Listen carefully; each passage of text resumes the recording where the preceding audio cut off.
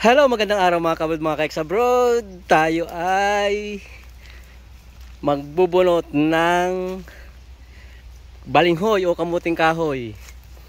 Siguro naman naaalala nyo nung 6 months ago tayo ay nagtanim ng balinghoy.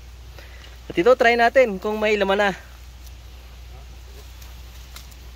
Ayan o, meron na o. Pwede na yung panglaga. Ito yung isa sa popular na tanim dito noon sa probinsya, dito sa lugar namin nung panahon ng taghirap. Ito yung ginagawang alternatibo kapag walang bigas. Maliliit pa ang laman ng iba. Ito. Yan yung punong yan. Tingnan natin. Yan. Putol. Dahan-dahanin mo lang. Puputol eh. Wag yan. Labas ang ugat yan. Ito. Ito, malaki-laki. Ito. Labas din ang ugat eh. Sige nga. Dahan-dahan lang.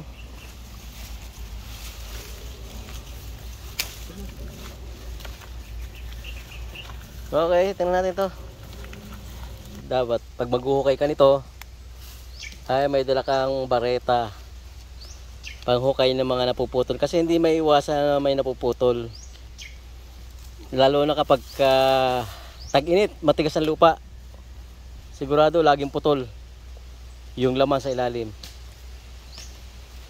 Kaya tayo alam na natin yun, kaya pasigurado tayo na meron tayong dalang maliit na bareta o panghukay.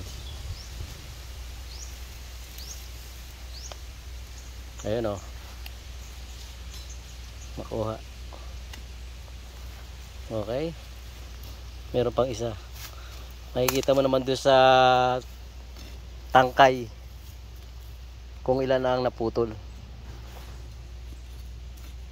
So yan nga mga kabrod, mga kaiks abroad. After mga ilang puno na ating nahukay, ay ito ang ating nakuha.